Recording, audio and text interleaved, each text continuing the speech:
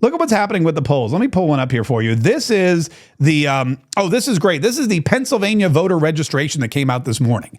This shows, look at this, the change from September over here where you have the little logos, the Republican elephant and the Democrat jackass and the independent eagle. Look at that, 60,000. Plus 60,000. That's the change from September, plus 35,000 for Democrats. That means that in Pennsylvania, a swing state, not just a swing state, but the most important swing state there is in Pennsylvania, Republicans have registered more than Democrats, almost 2-1. Here's another one. Look at this one. This is the YouGov poll. Trump and Harris, new election poll, dead heat. Now I know what you're thinking, Mark Kaye, it says they're a dead heat at 47%. Okay. But you have to look underneath it. The last time they did this poll, Harris had a +4 over Donald Trump. So if you had +4 last time and now you're at 47%, that means that you are going down in the polls. You are going the wrong way. And this is what people, this is my favorite thing. General election polls are basically pointless because we don't have a general election. We have an electoral college. And general election polls should always favor the Democrats. They should always favor the Democrats. If a general election poll favors a Republican or is dead even, then the Democrats are cooked because the popular vote will always go to the Democrats. And if you're tied in the popular vote, that means you're behind in the electoral college to a Republican. There's just no way around it. There's more Democrats in California, New York, and all these other places. So if you're polling a general election poll, hey, who are you going to vote for? Then all of a sudden, you know that the Democrats are always going to be slightly higher. If they're lower than the Republican or even with the Republican, they are lower than the Republican in the Electoral College, which is how we choose our presidents. It's bad news. This is not good news. This is great news for Donald Trump because they constantly undersample Republicans. Republicans lie to pollsters. Republicans ignore pollsters. They don't trust anybody. They're not going to give out sensitive political information over the phone to a stranger. So if this is what you're seeing, then that means you're getting Democrats in the sample because, like I said, these polls always are more Democrats than Republicans. So if it's an even number, Democrats on the phone are saying, you know what, I'm going to vote for Donald Trump.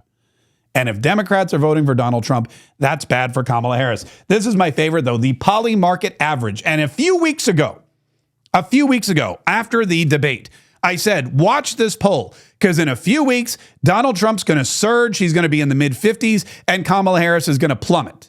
Poly Market. Donald Trump, look at that. The mid-50s, 54.3%. Kamala Harris, 45.2%. For those of you that are bad at math, like I am, I asked Siri, and that is a 9.1% advantage for Donald Trump. 9.1% advantage in the polymarket.com elections poll. And this, look at that. I even highlighted Pennsylvania. In Pennsylvania, Donald Trump is ahead by 12. 56% to 44%. By 12 percentage points. Donald Trump is ahead of Kamala Harris. There's no coming back from that. 54.3 to 45.2. And people always say, what is this poll, Mark Kaye? In fact, I was talking yesterday to someone. They go, what's this poll? I go, it's not a poll. It's the betting market. And the betting market is all of the actuarials and all of the betting statistics and the odds makers, and they look at everything. This is where you can win or lose money on the election. So you know that these people aren't just looking at polls, they're not just calling people, they are running the numbers. And if they're going to bet, if they're going to take bets and run odds, these odds makers have done every tabulation. They look at the polls. They look at past polls. They look at voter registration. They look at the following on social media. They look at TikTok influence. They look at interviews done. They look at everything. They look at historical factors. There's so much information that goes into the poly market betting pool average. So when it says 54.3% for Donald Trump and 45.2% for Kamala Harris, you know that this is a fairly accurate predictor because these people aren't going to lose their money. You can actually go there and bet on this election. And that's how they calculate their odds. Why did the odds jump so much for Kamala Harris? I'm sorry, for Donald Trump. Why did they drop so much for Kamala Harris? Well, a lot has to do with the fact that Kamala Harris is vapid and empty and devoid of any kind of idea, skill set, or honesty, and Donald Trump is the opposite. And Donald Trump continues to go out there and sell his case and tell people what he's done and make an example and lead by example and surround himself with good quality people, people who are doers, not people who are talkers, people like Elon Musk. People like Elon Musk, who, if you missed it, I'm going to play it again. Elon Musk comes to the Donald Trump rally, dresses head to toe in black, dons his black MAGA hat, and says, "I'm not just MAGA, I'm dark MAGA." I mean, look at that. It's just that was one of the greatest moments from the Butler rally.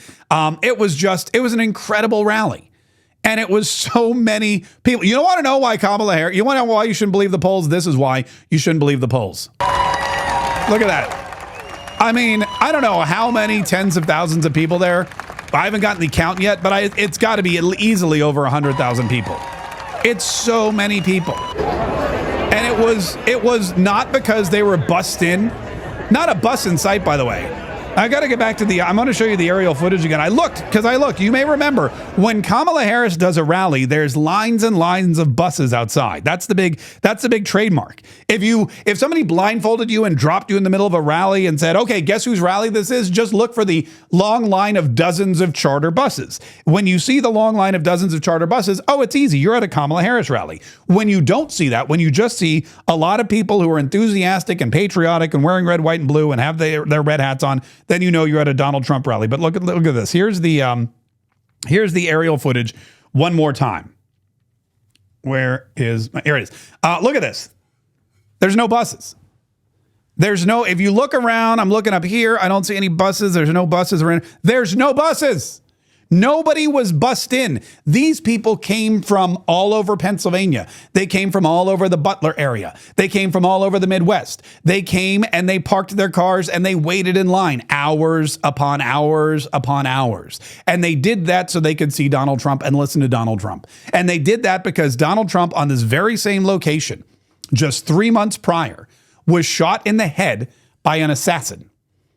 And luckily, Donald Trump turned his head to look at the beautiful chart that he loves, and he was not killed. He survived, and he came back.